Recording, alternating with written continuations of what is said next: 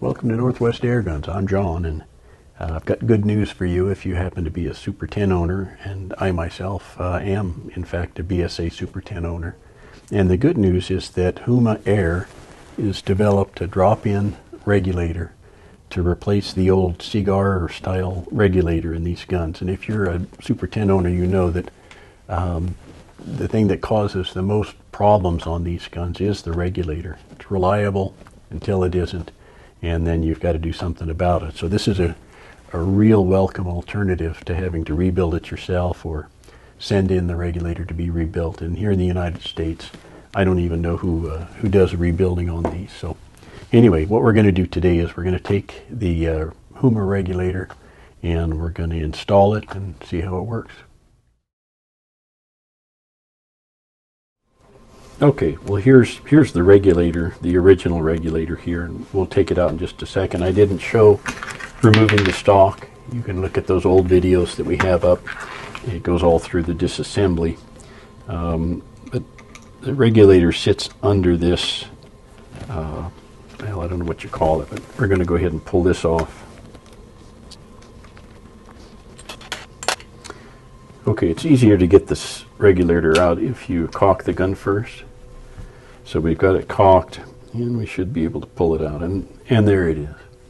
And what we're going to do is replace this end with the Huma, the new Huma regulator. Okay, so at this point we've got to tear this apart in order to install the new regulator. And I'm going to do that off camera because it's really a chore sometimes to get these apart. And I went through that in some of the old videos, and I'll link to those in the description. But I'll get this apart, and then we'll come back and start putting it all back together. Well, here's the old cigar, and if you recall, it kind of fits together something like that. And we're not going to worry about the front end of this, but we are going to replace all of this part of the unit with the new Huma regulator. It just fits right in, screws in there. But the one thing you need to do right off the bat before you go putting this in is to measure the old regulator, which this one's 4 inches 925 thousandths. We're going to write that down so we don't forget it. And Huma has set up the new one so that essentially you can adjust the tension on the exhaust valve spring here with the guide. If you look at the original, the tip of this serves as a seat for that exhaust valve spring. And there's really no adjustment you can do there other than maybe shim the spring, or maybe you can swap out a different spring or something like that. But the new one, the Huma regulator, allows you to adjust the tension, the pre-tension, I guess you'd say, on that spring. So if you want it to be more tension, you can extend this out. If you want a little less tension, you can move it in. And we're going to set it at exactly where the old one was, at that, 4 inches, 925 thousandths. A couple of things we want to note here. One is Huma actually has a pretty good set of instructions here on how to install this, and they actually reference my old videos on the regulator. They talk about locking down the spring guide here. They also have an adjustment for the pressure if you wanted to change it, and that, oops,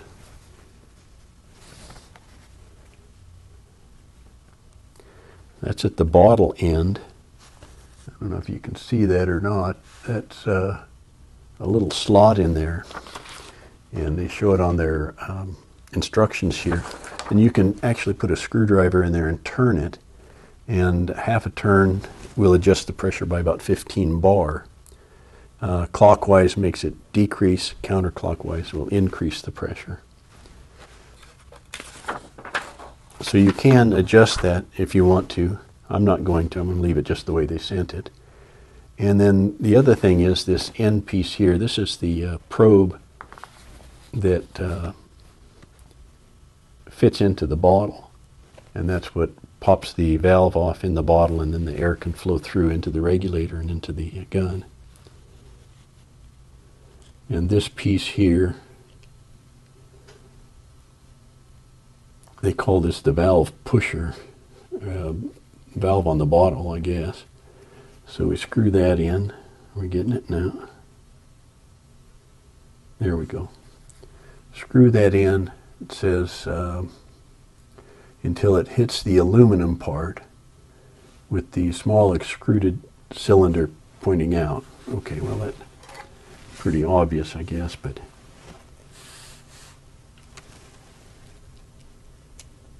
so we screw it in all the way, basically, is what I think they're saying.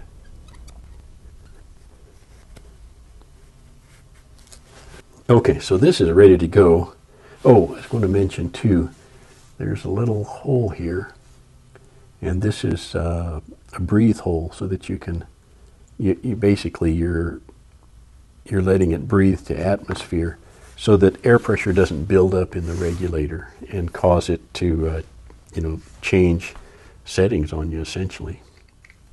We're replacing all of the regulator parts, and since this is a solid piece, we don't need an O-ring here.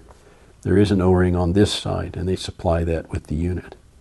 Okay, so let's get some O-rings. I'm going to replace this O-ring here on this end and put it all back together. Well, we've got our regulator together, and I've got this just about as tight as I can get it. And one thing I wanted to go over here real quick, though, before we install it is, the regulator sits in here like that. And I don't know if you can tell, but it's a little bit misaligned. It's tilted upward because of this screw right here.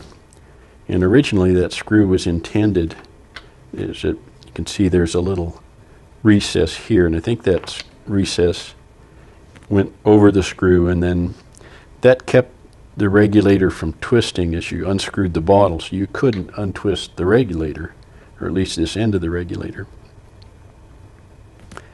Well, the new regulator from Huma doesn't have any kind of a recess like that, and it, if you recall in some of our other videos how much of a struggle we had getting the transfer port to align with that recess.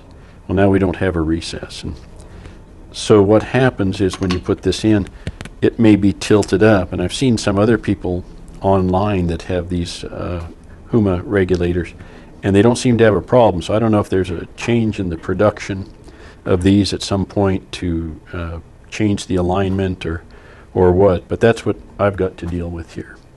And so what we're going to do is take that screw out, and there are other bottle guns that don't have that type of a restraint, and they don't seem to have problems with unscrewing the bottle.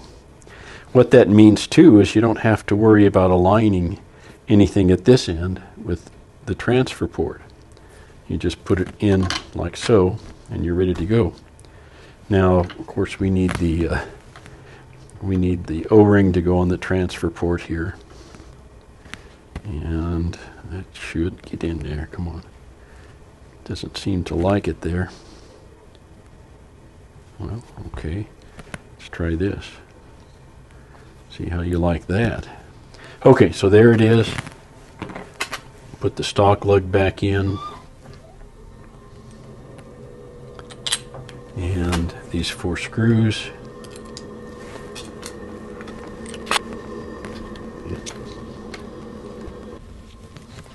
Okay, there we are. We're all back together.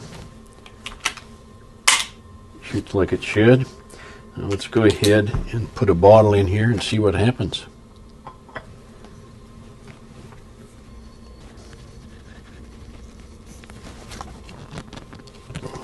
Okay.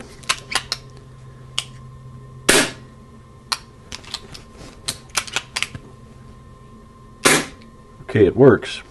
Now we just got to put it together and shoot some pellets and see where we're at. And I'll get back to you as soon as I've got that done. Well, we started testing this regulator, and I put the bottle on and started shooting across the chronograph. And we had a bit of an accident. Actually, the end of the moderator flew out. Some of the guts, there's some more still in there, but These flew across the room. This hit the door, and there's still one part that I haven't found. It's the cap that goes out here on the end. And so it wasn't tragic, but it sure got my attention when it happened. And this became very loud too, and unpleasant here in the shop. So we decided that we're not going to use the regulator in this Super Ten. I happen to have a carbine unit, so we put the regulator in here instead, and that's what we're going to run through across the chronograph. Is this one? It's in 22 also. Well, we did our testing with Crosman premiers in the 22 caliber, and we ended up with about 30 shots, not counting 3 misfires where the magazine didn't advance the pellet.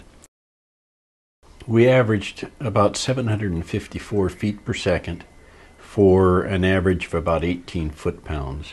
Our high reading was 761 feet per second. The low was 746 for an extreme spread of 15, and that works out to about 2%, 1.99% based on the average velocity, which is really good, particularly since we hadn't even sorted pellets or anything like that. So I'm pretty happy with the performance of this regulator in terms of consistency over a shot string. This up now. This is the regulator, the old part, the new part that's replaced it. And there's a couple things to note about this. One, I really like that you can adjust the pretension on the valve spring. The air comes through the regulator and comes out this hole. I put a punch in there and I tightened up this lock nut and it came loose. So I think instead of doing that, Huma has very cleverly put flats on this so that you can use a wrench here and you can really torque down this this lock nut, and that stays put now. It doesn't move.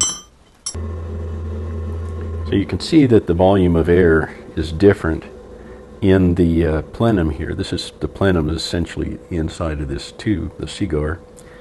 The piston rides in here and it takes up quite a bit of room. This doesn't have that. So your plenum is actually a larger volume with the Huma regulator. And Huma says you may have to adjust the regulator pressure, maybe lower it a little bit in order to compensate. And I think what they're saying is it's easier with the larger plenum to get more power, but that may also be less efficient and you get less shots. So you can, if you wanted to, go down to the hardware store and you can buy spacers like this, plastic spacers. You could drill these out to fit over the guide here, and that would reduce the plenum more similar to what we have in the original. As long as you don't block that hole there, I think you're going to be okay. Plus I like that you're able to make the adjustment to the regulator without having to tear the whole thing apart. With this one, of course, you have to tear it down, and there's shims and different things, and it's hard to get this apart. So, it's a real improvement to be able to do it externally like that.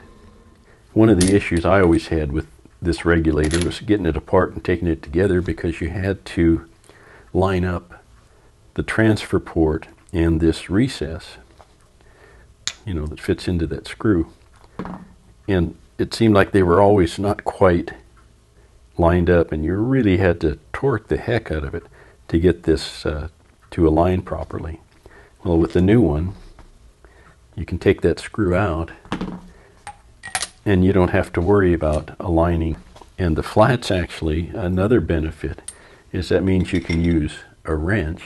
You don't have to use collets and all that other kind of stuff. You can use a wrench as long as you can hold this part of the regulator in a vise, or you could use collets on this part. I use the V-blocks in my milling machine vise. So you get this secure, and then you can tighten it with a wrench. And that alone is a huge improvement over the old style. Well, if you're a Super 10 owner like I am, you know how accurate these guns are, and you want to keep them up and running long as you can, actually. And you have a couple alternatives when the regulators go south. You can buy a kit online and rebuild the regulator yourself, and we've got videos on how to do that I'll link to. You can take the regulator out or send the whole gun, I suppose, to be serviced, and I think that's going to have to be in the UK, because I don't know who does that here in the United States now. Or you could buy a Huma Regulator and replace that portion of the old cigar that's gone bad. I went back and looked at some of this video, and it sounds like I'm being critical of the original regulator, and maybe I am, but you know, that was 35 years ago, kind of state of the art at that time. But things have changed over the last 35 years, and we've made a lot of improvements in the technology and manufacturing of these regulators. So that's about it. I'm anxious to take this out. I put a scope on it. We'll go out and see if we can hit anything. And I want to thank Huma for providing a sample regulator for me to try out. And I want to thank you for watching. We'll see you next time.